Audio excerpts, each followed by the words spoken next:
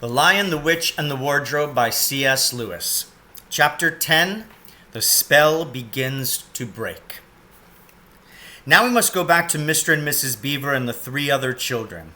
As soon as Mr. Beaver said, "There's no time to lose," everyone began bundling themselves into coats, except Mrs. Beaver, who started picking up sacks and laying them down on the table and said, "Now, Mr. Beaver, just reach down that ham, and here's a packet of tea, and there's sugar and some matches, and if someone will get 2 or 3 loaves out of the crock over there in the corner." "What are you doing, Mrs. Beaver?" exclaimed Susan. "Packing a load for each of us, dearie," said Mrs. Beaver very coolly. "You didn't think we'd set out on a journey with nothing to eat, did you?" "But we haven't time," said Susan, buttoning the collar of her coat. "She may be here any minute." "That's what I say," chimed in Mr. Beaver.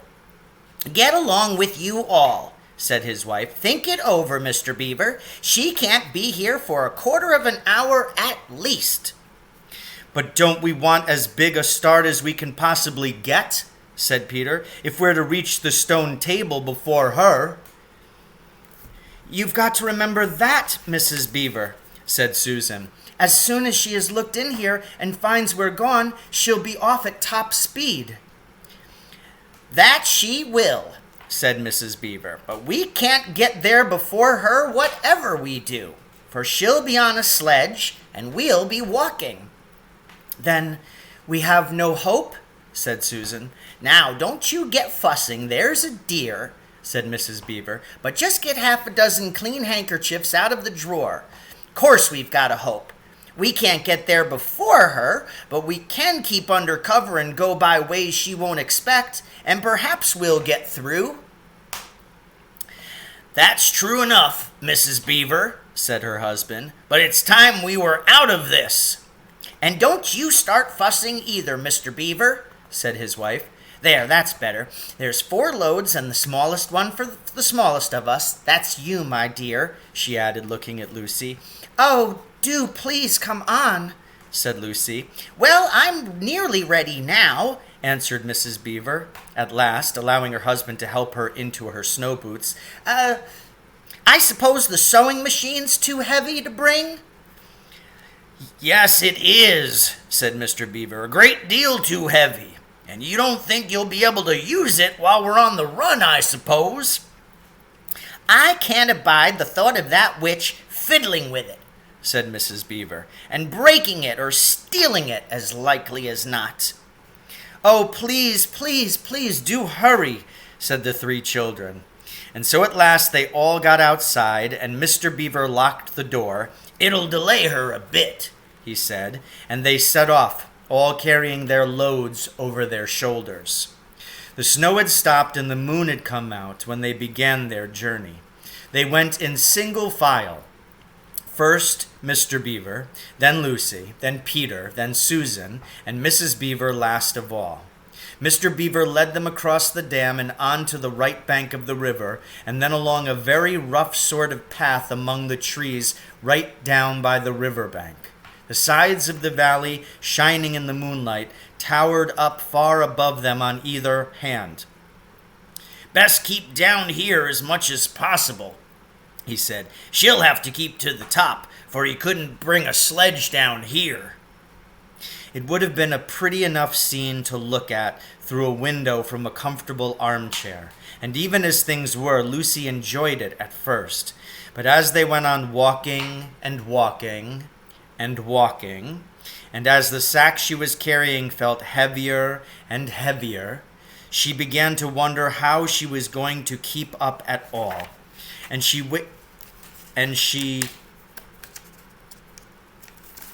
stopped looking at the dazzling brightness of the frozen river with all its waterfalls of ice, and at the white masses of the treetops and the great glaring moon and the countless stars, and could only watch the little short legs of Mr. Beaver going pad, pad, pad, pad through the snow in front of her, as if they were never going to stop.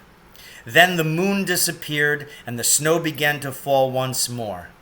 And at last Lucy was so tired that she was almost asleep and walking at the same time, when suddenly she found that Mr. Beaver had turned away from the riverbank to the right and was leading them steeply uphill into the very thickest bushes. And then as she came fully awake, she found that Mr. Beaver was just vanishing into a little hole in the bank, which had been almost hidden under the bushes until you were quite on top of it. In fact, by the time she realized what was happening, only his short, flat tail was showing. Lucy immediately stooped down and crawled in after him. Then she heard noises of scrambling and puffing and panting behind her, and in a moment all 5 of them were inside. "Wherever is this?" said Peter's voice, sounding tired and pale in the darkness. I hope you know what I mean by a voice sounding pale. "It's an old hiding place for beavers in bad times," said Mr. Beaver, "and a great secret. It's not much of a place, but we must get a few hours' sleep." "If you hadn't all been in such a plaguey fuss when we were starting, I'd have brought some pillows," said Mrs. Beaver. It wasn't nearly such a nice cave as Mr. Tumnus's, Lucy thought, just a hole in the ground, but dry and earthy. It was very small, so that when they all lay down, they were all a bundle of fur and clothes together. And what with that, and being warmed up by their long walk, they were really rather snug. If only the floor of the cave had been a little smoother. Then Mrs. Beaver handed round in the dark a little flask, out of which everyone drank something. It made one cough and sputter a little and stung the throat, but it also made you feel deliciously warm after you'd swallowed it, and everyone went straight to sleep. It seemed to Lucy only the next minute, though really it was hours and hours later, when she woke up feeling a little cold and dreadfully stiff, and thinking how she would like a hot bath. Then she felt a set of long whiskers tickling her cheek and saw the cold daylight coming in through the mouth of the cave. But immediately after that, she was very wide awake indeed, and so was everyone else.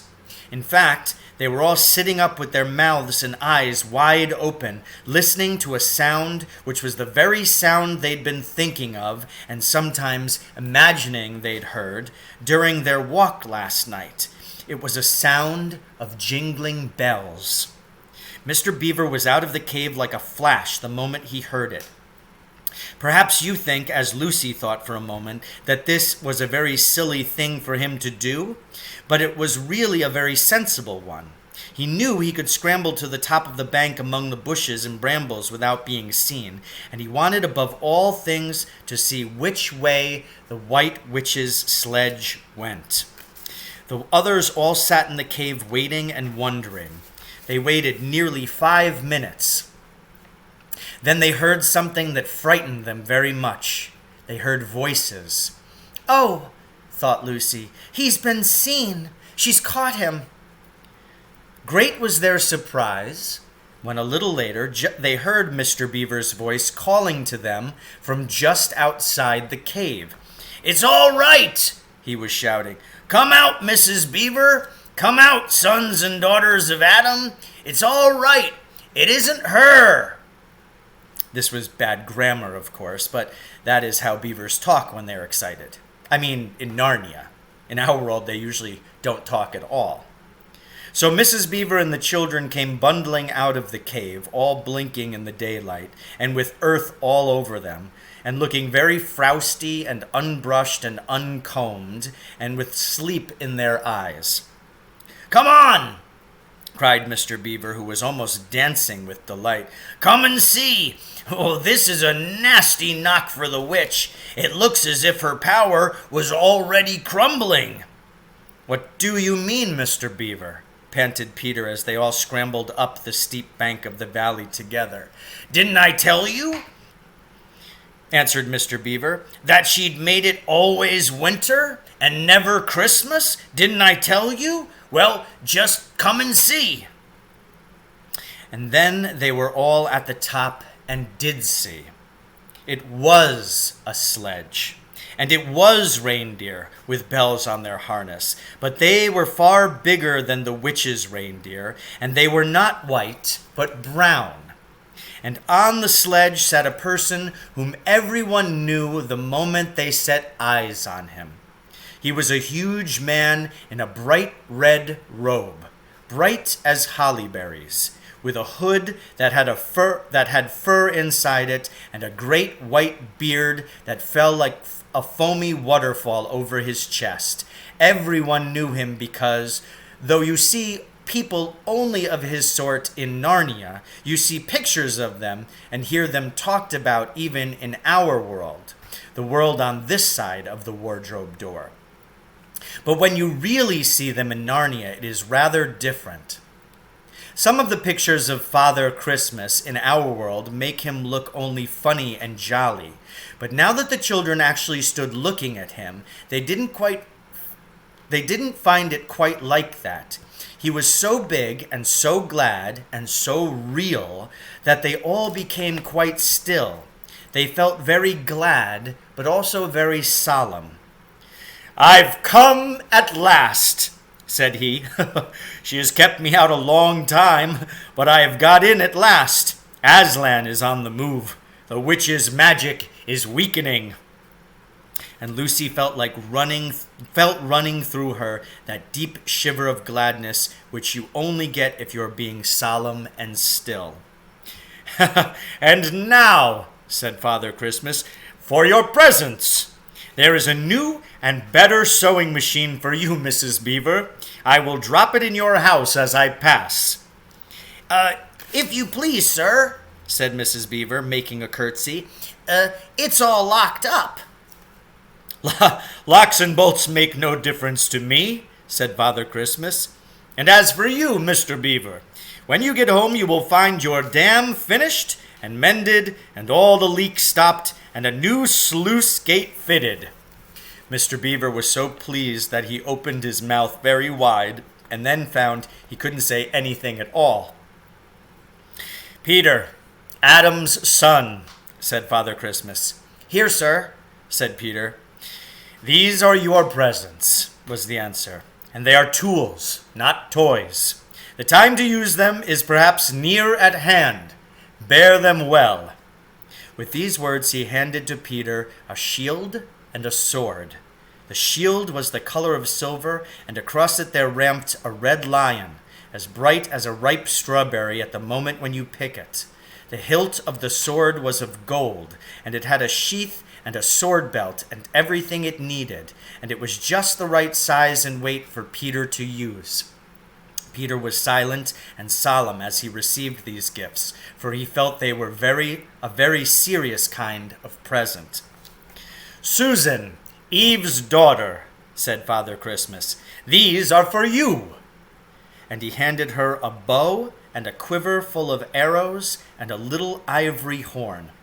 "You must use the bow only in great need," he said, "for I do not mean you to fight in the battle. It does not easily miss, and when you put this horn to your lips and blow it, then, wherever you are, I think help of some kind will come to you." Last of all he said, "Lucy, Eve's daughter." And Lucy came forward. He gave her a little bottle of what looked like glass, but people said afterwards that it was made of diamond, and a small dagger. "In this bottle," he said, "there is a cordial made of the juice of one of the fire flowers that grow in the mountains of the sun. If you or any of your friends is hurt, a few drops of this will restore them. And the dagger is to defend yourself at great need, for you also are not to be in the battle." "Why, sir," said Lucy, I don't know, but I think I could be brave enough." "That is not the point," he said, "but battles are ugly when women fight. And now," here he suddenly looked less grave, "here is something for the moment for you all." And he brought out I suppose from the big bag at his back, but nobody quite saw him do it, a large tray containing 5 cups and saucers, a bowl of lump sugar, a jug of cream, and a great big teapot all sizzling and piping hot. Then he cried out, "Merry Christmas! Long live the true king!" and cracked his whip, and he and the reindeer and the sledge and all were out of sight before anyone realized that they had started. Peter had just drawn his sword out of its sheath and was showing it to Mr. Beaver when Mrs. Beaver said, now then, don't stand there talking till the tea's got cold. Just like men. Come and help me to carry the tray down and we'll have breakfast. What a mercy I thought of bringing the bread knife." So down the steep bank they went and back to the cave, and Mr. Beaver cut some of the bread and ham into sandwiches. And Mrs. Beaver poured out the tea, and everyone enjoyed themselves. But long before they had finished enjoying themselves, Mr. Beaver said, "Time to be moving on now."